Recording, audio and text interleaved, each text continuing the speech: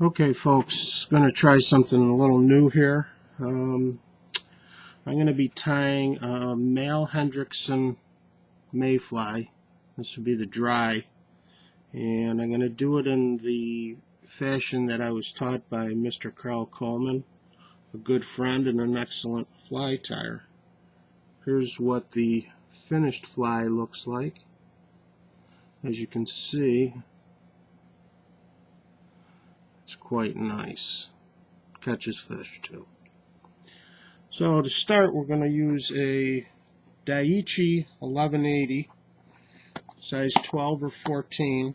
This particular one I'm going to tie on a size 12, which would be a Daiichi 1180.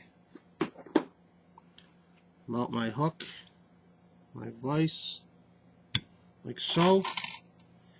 And now we're going to use thread. I got 6/0 rod, 6 or 8/0 would be fine, uni thread I prefer.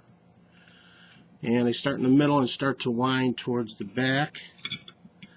Typically I tie these in size 14, but for the benefits of this video, I'm going to tie in size 12. Which is also fishable. For tail, I'm going to use 3 or 4 of these micropipets, dark dun color, and I'll just take a few of those off here. As Carl always told me, a fish can't count. And the real fly, I don't actually know how many tails it has, but I'm going to tie the tail in about the same length as the hook shank. And as I tie that tail in, I'm going to go around underneath the bottom of the fibets, and that just locks them down in. And then I'm going to go over them, wind forward about halfway up the hook shank, maybe 2/3, and trim off my excess. Next thing I'm going to do is use this number 40 beaver dubbing. I don't know if you can see that. This is not as sharp a pictures as I would have liked, so we may have to try a different camera option. This is called number 40 beaver dubbing Hendrikson spinner, but it's a good color for the male. And typically I'll wet my fingers and apply some to my thread. And a lot of you guys probably tie starting at the tail and moving forward. Well, I start in the middle, and I'm going to go towards the tail and then double back over the body towards the head. That should be about enough. There's a little, not real meaty, but it's a fairly meaty fly.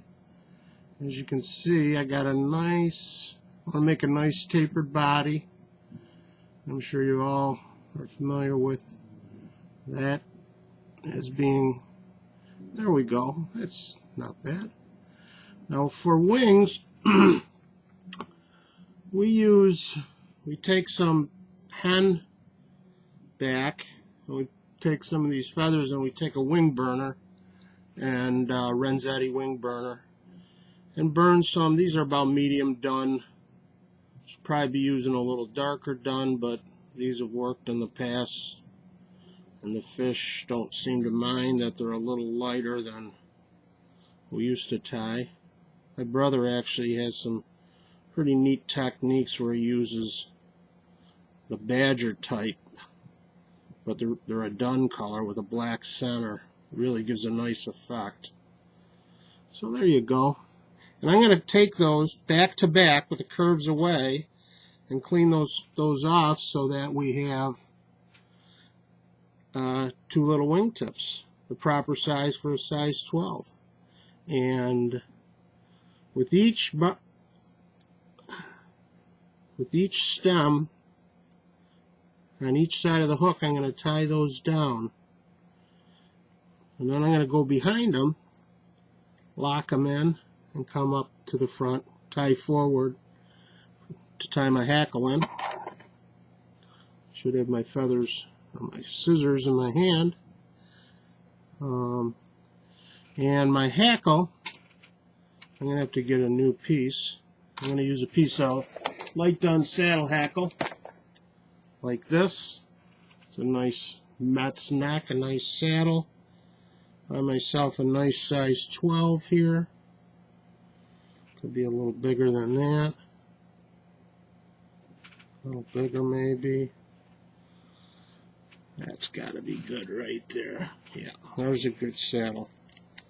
And what I'm going to do with this is, where this webbing starts to thin out, I'm going to take and peel back some of that.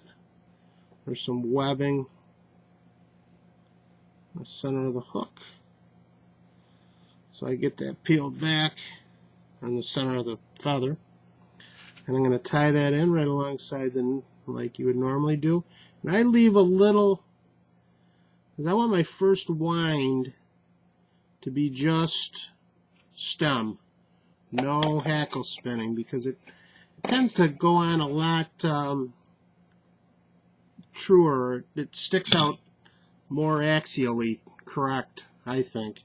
Not that it has to be correct, but that it has to look good, in my mind. Tie one in front,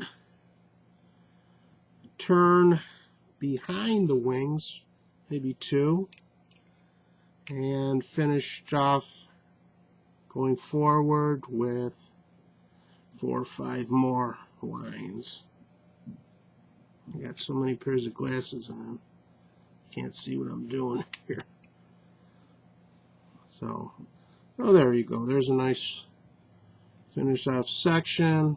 I'm going to tie that hackle down, trim it, and use one of the most useful tools I have, my bra. There it is. My bra, I like to use, does a nice job of keeping everything out of the way while I whip finish this fly. Oops. So I can get a nice head on there, because they have reddish eyes, so that's why you're using this red thread. There you go, folks. There's a male hendrikson dry, and what we do, we trim the hackle off